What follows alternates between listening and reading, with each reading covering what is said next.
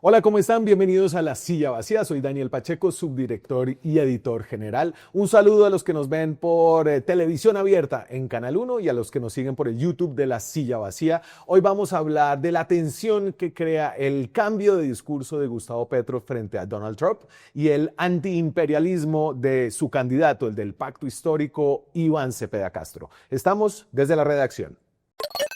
Edgar Quintero cubre el gobierno Petro y también la campaña del pacto histórico y su candidato Iván Cepeda. ¿Qué más, Edgar? ¿Qué más, Daniel? ¡Feliz año! Ah, bueno, sí, todavía. Todavía. ¿Cómo estuvo? ¿Dónde estuvo? Estuve en Tolima y aquí en Bogotá. Bogotá es chévere a final de año. Saludos a toda la gente de El Tolima. Yo estuve en Sucre, en el bello municipio de San Onofre y en Rincón del Mar. Saludos para toda la gente allá en la costa Caribe. Entonces, aquí hay como una tensión que se da entre el jefe de la campaña de la izquierda, que es el presidente Gustavo Petro, Sí. realmente el que lleva la narrativa, y su candidato, que por ahora como que vuela abajo, no tiene una campaña tan activa, no es tan vocal como Petro, pero sí hay como, creo que un choque todavía latente, no abierto. Sí. Hay tonos distintos y tonos distintos sobre todo frente a Estados Unidos y el conflicto diplomático que se está solucionando entre el presidente Petro y Donald Trump.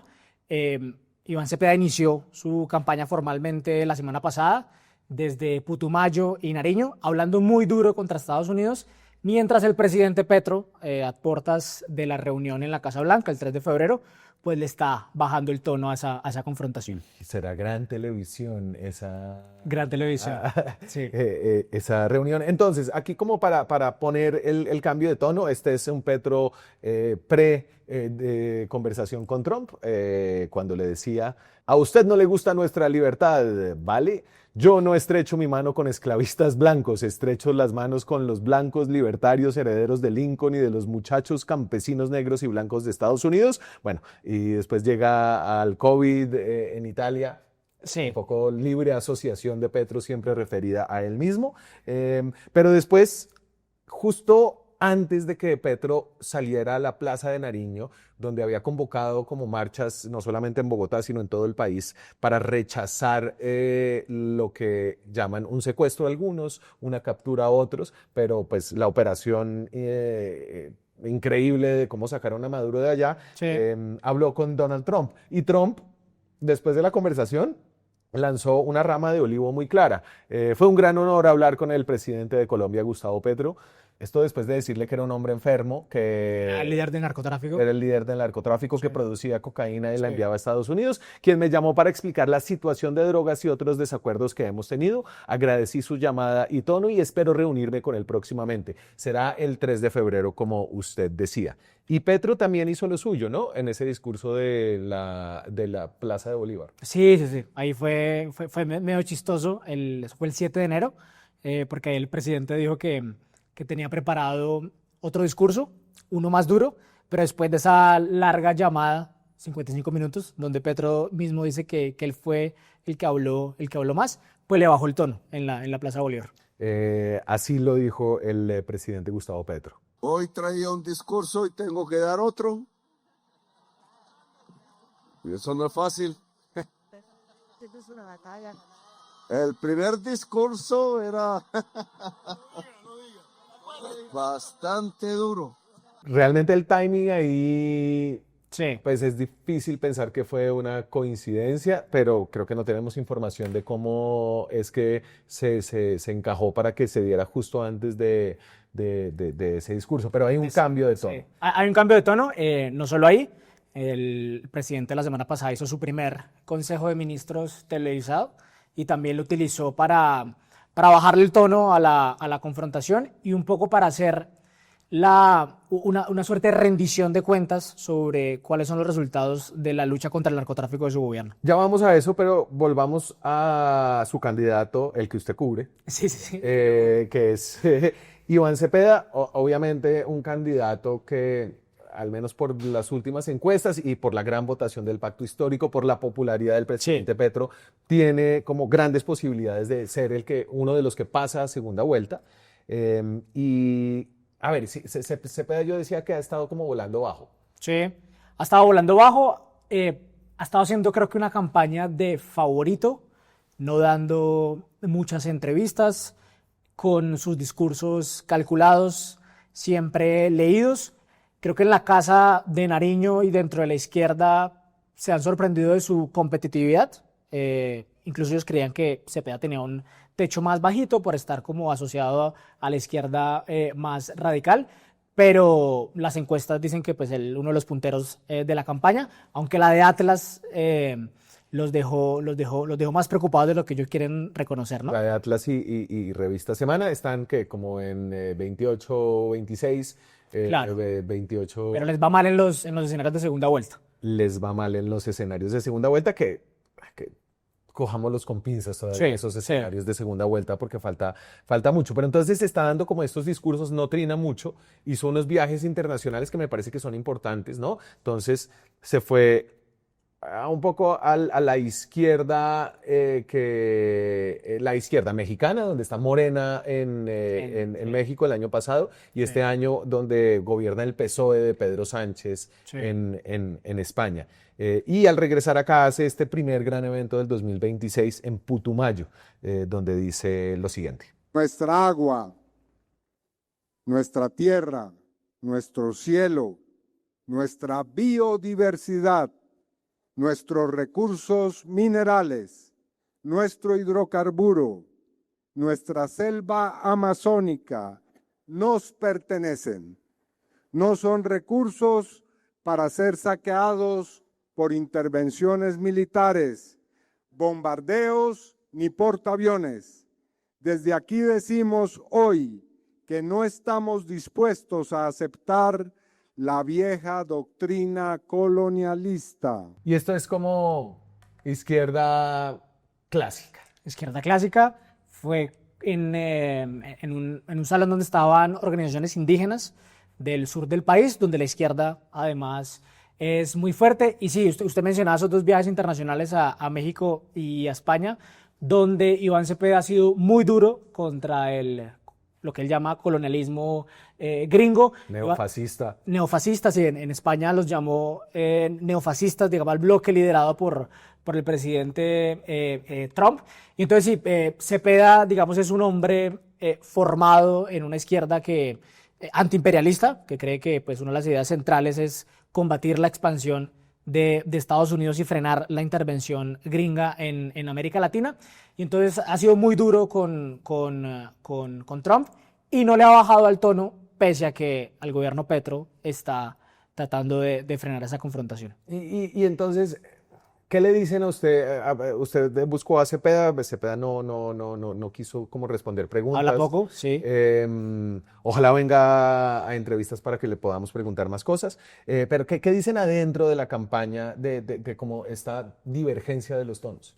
A ver, dicen varias cosas.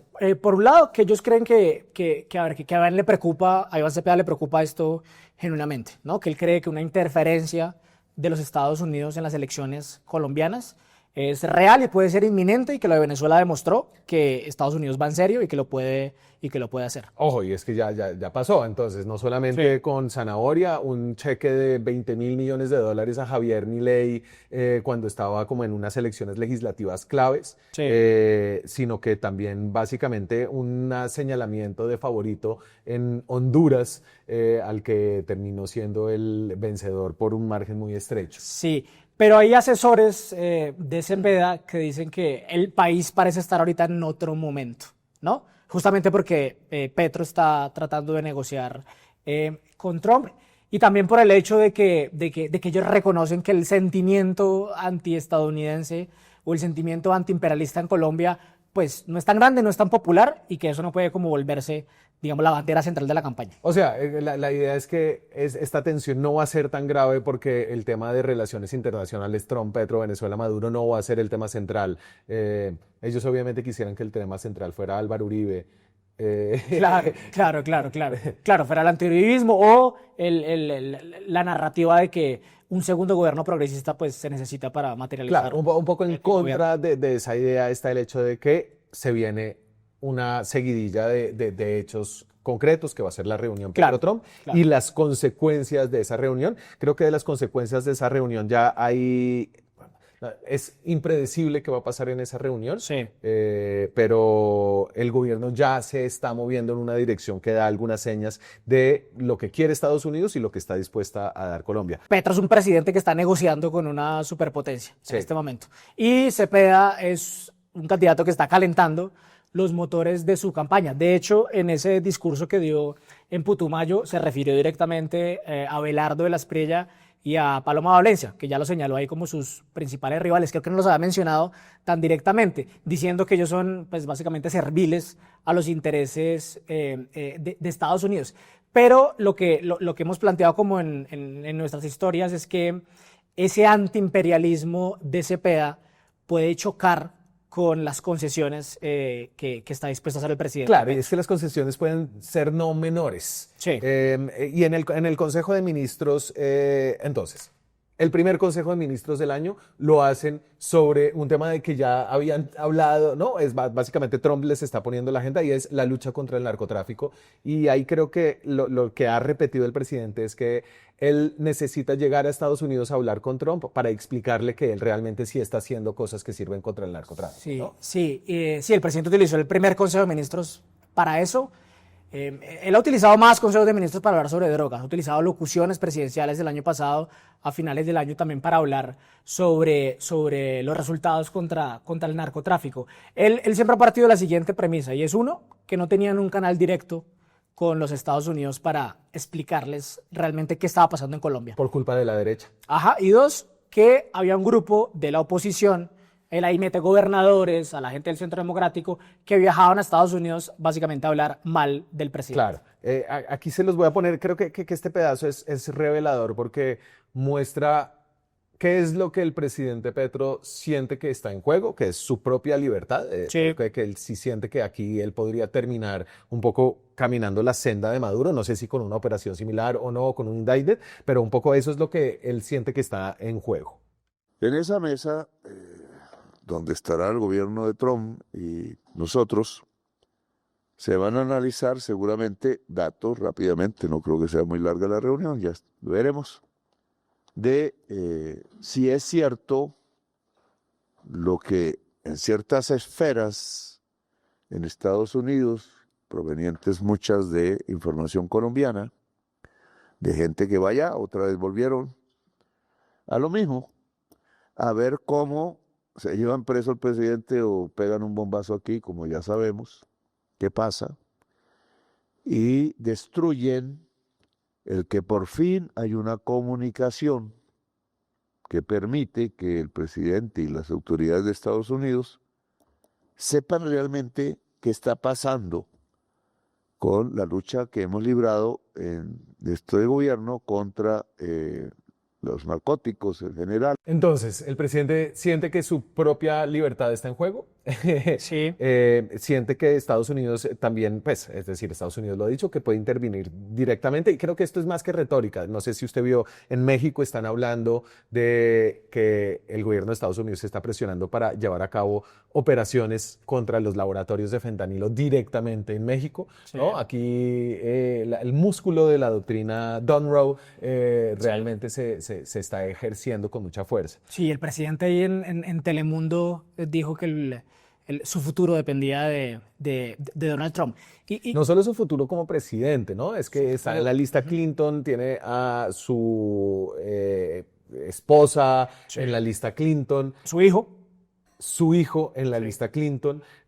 O sea, creo que más allá de la política pública, aquí hay también como una situación personal que es pues de mucha tensión para el presidente Petro. Claro, y este mensaje en el Consejo de Ministros pues ha estado acompañado de otras cosas, ¿no? Entonces, la semana pasada también estuvo el ministro de Defensa, Pedro Sánchez, en una visita en Estados Unidos. Allá se reunió con congresistas demócratas, también con congresistas republicanos, con parte de la Administración de Defensa en los Estados Unidos, para lo mismo, para explicar que Colombia sí está aliado con Trump para luchar contra las drogas. Por aquí está Pedro Sánchez allá en Washington. Esta es una reunión con la cabeza demócrata del Comité de Relaciones Exteriores del Senado. Del Senado. Es decir, es como la vicepresidenta, porque como los republicanos tienen la mayoría, el presidente es republicano. Pero pues nos dicen que sí se lo recibieron también republicanos, que lo recibió el viceministro de Guerra, ahora se llama ya así el ministerio.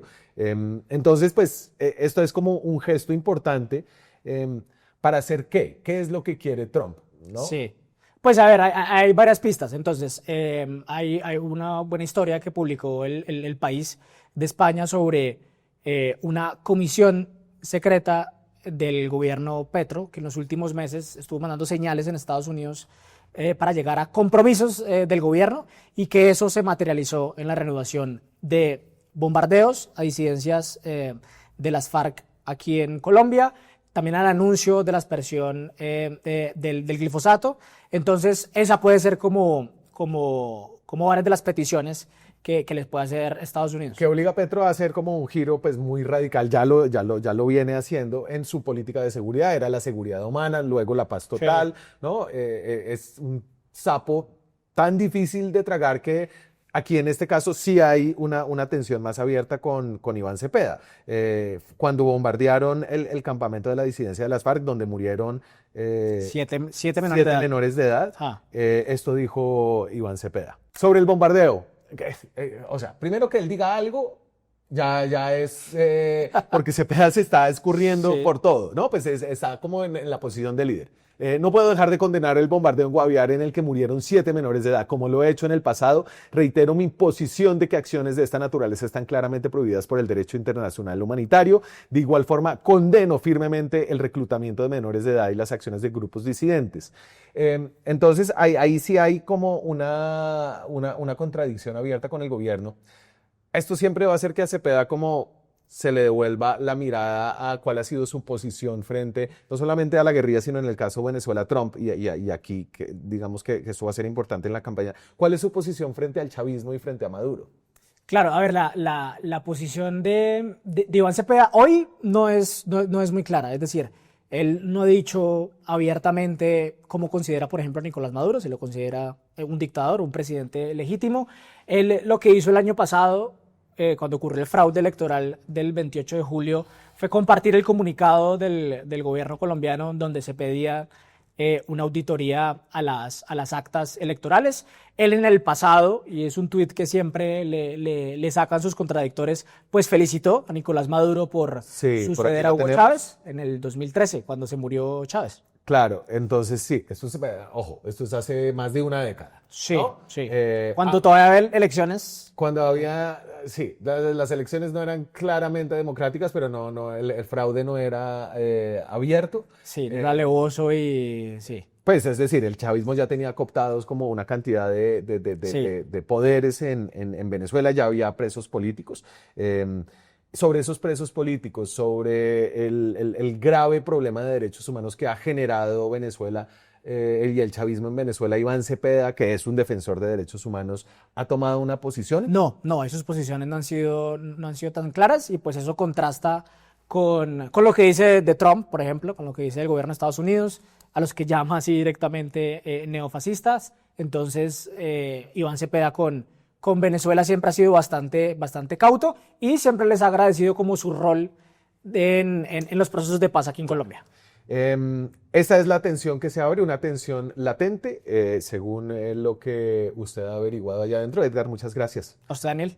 Muchas gracias a ustedes, gracias por suscribirse al canal. Cuéntenle a otra gente que le gusta la política que existe La Silla Vacía, que aquí aspiramos, intentamos hacer periodismo independiente sobre la política del poder en Colombia, sobre todo en este año electoral.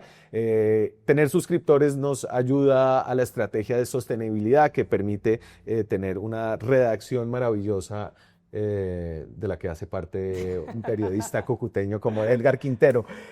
¿Algo más, señor? No, nada más.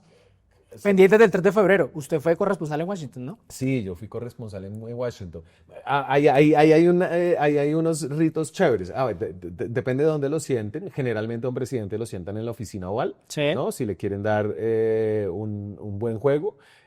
Ahí hay como un momento en el que ellos hablan a solas y después dejan entrar a la prensa. Sí. Entonces allá irán periodistas colombianos, los que trae el presidente Petro y los que trae la Casa Blanca. Y en el caso Trump, pues se volvió como una prueba de fuego después del caso de Volodymyr Zelensky, Claro. donde le hicieron una encerrona con el vicepresidente. A diferencia de Zelensky, Petro no habla inglés, entonces creo que va a ser, pues, o sea, como darse en la jeta allá dentro de la oficina oval con traductor en la mitad, pues va a ser más difícil, Sí, sí, sí. ¿no? Y todos vamos a estar pendientes de cómo lo saluda, si lo abraza.